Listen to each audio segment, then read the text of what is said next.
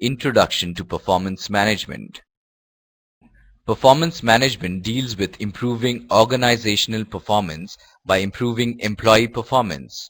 Essentially, the cost of competitiveness involves efficiency and productivity.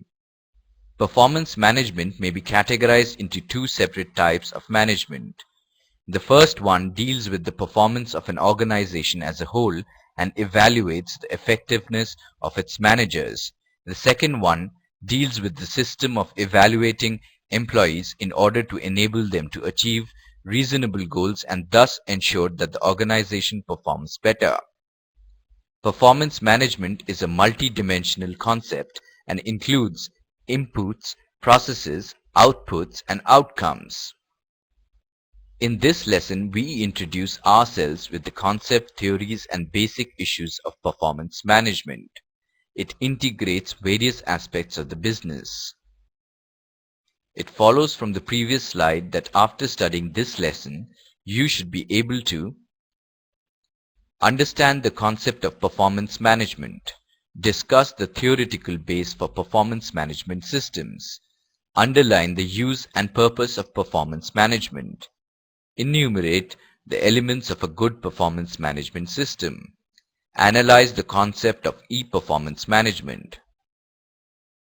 An employee's motivation to perform, to develop personal capabilities, and to improve future performance is influenced by feedback of performance on an ongoing basis.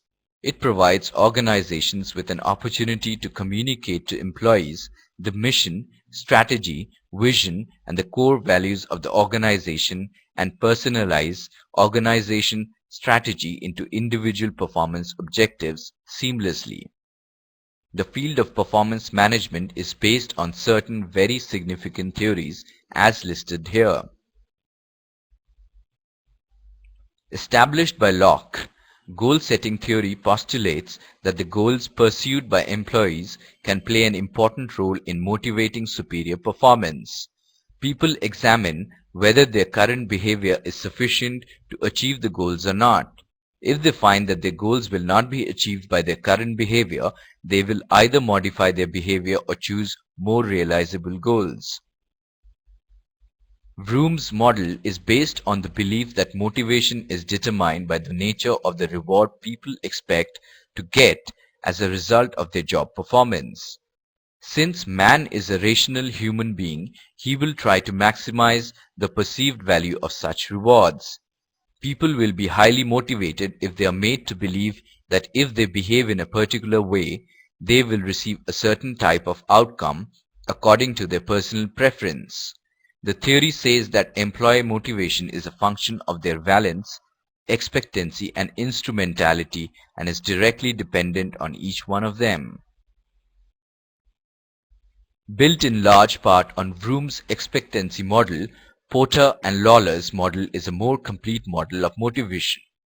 This is a multivariate model which explains the relationship that exists between job attitudes and job performance.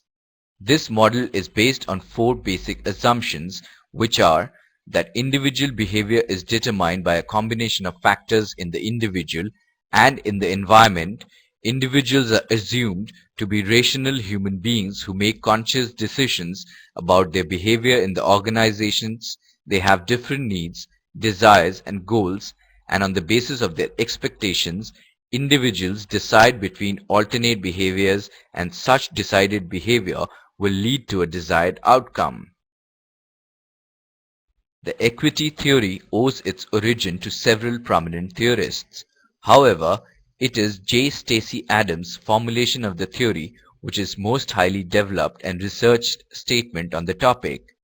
According to Adams, equity theory is based on the simple assumption that people want to be treated fairly. Adams has defined two specific words, person and other. Person is an individual for whom equity or inequity exists. Other is defined as an individual with whom a person is in relevant exchange relationship or with whom a person compares himself. Adams describes the equity comparison process in terms of input or output rations. Inputs are an individual's contribution to the organization. An individual can receive many positive and negative outcomes from the organization. People assess the ratio between their outcomes and their relevant inputs. Each person compares this ratio with the ratio of another person or a group of people.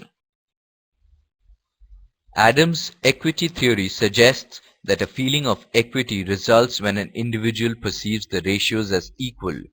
The situation happens in a work environment where a person feels that he and his co-worker are paid the same amount and the threat their relevant inputs are also the same. A feeling of equity can also occur when others' outcomes are higher or lower than the person's and when others' inputs are also higher or lower. This form of equity is common in organizations. A person does not feel inequitably treated if his superior is getting a higher salary than him. In case there is inequality in the ratios of outcomes and inputs, people can experience two types of inequity, positive and negative. In negative inequity, people feel that they are underpaid for what they give the organization.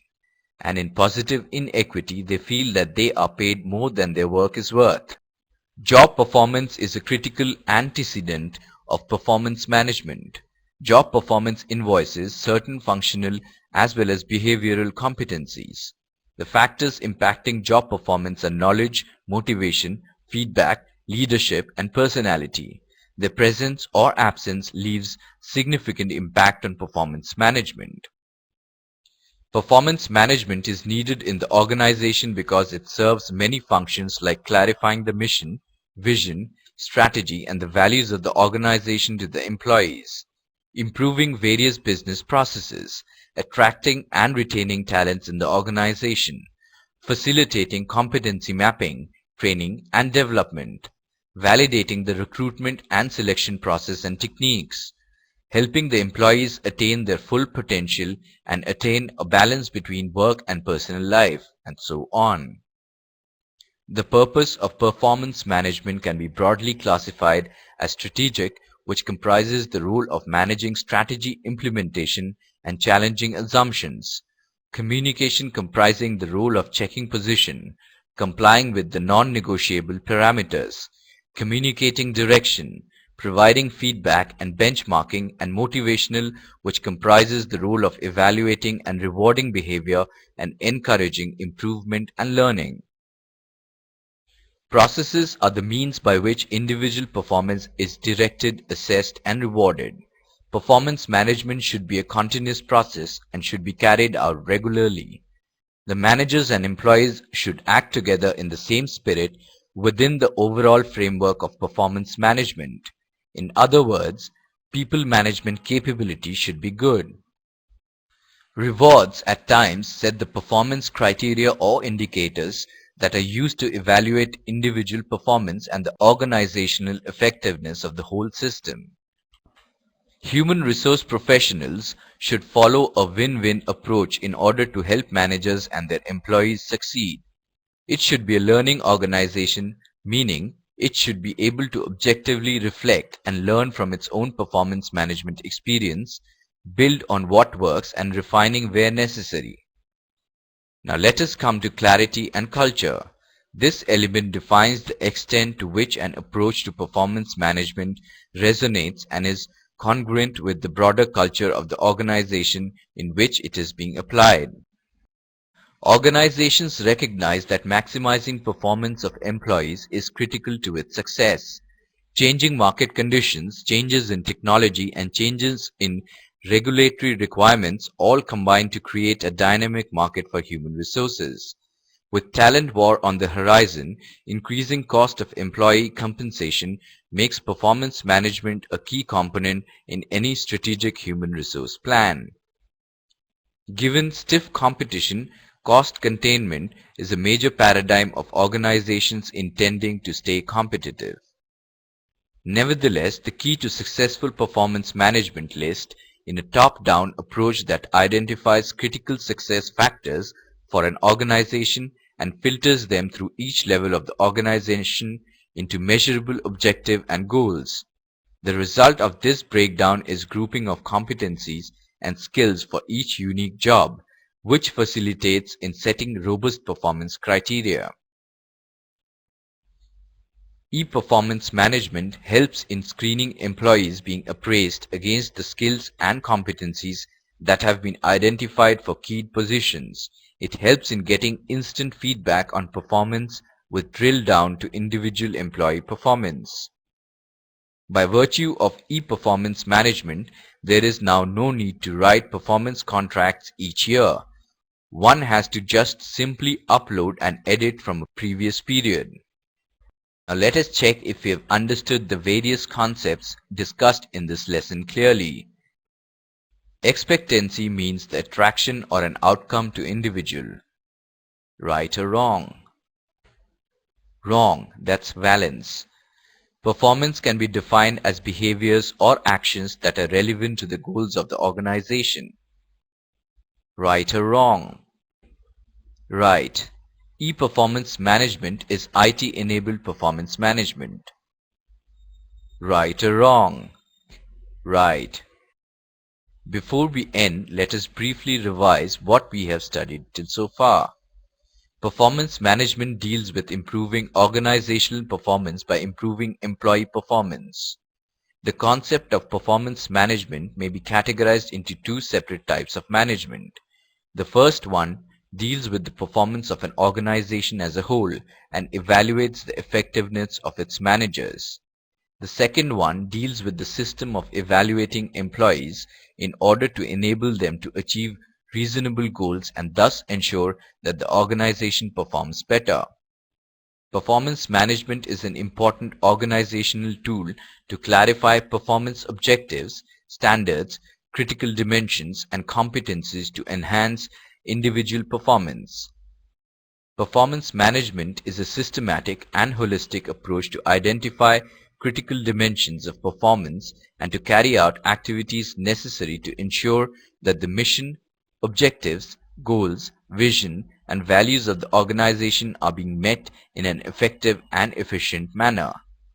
Performance management transforms organizational objectives and strategy into a measurable action plan by getting the right information to and from the right people at the right time and in the right format.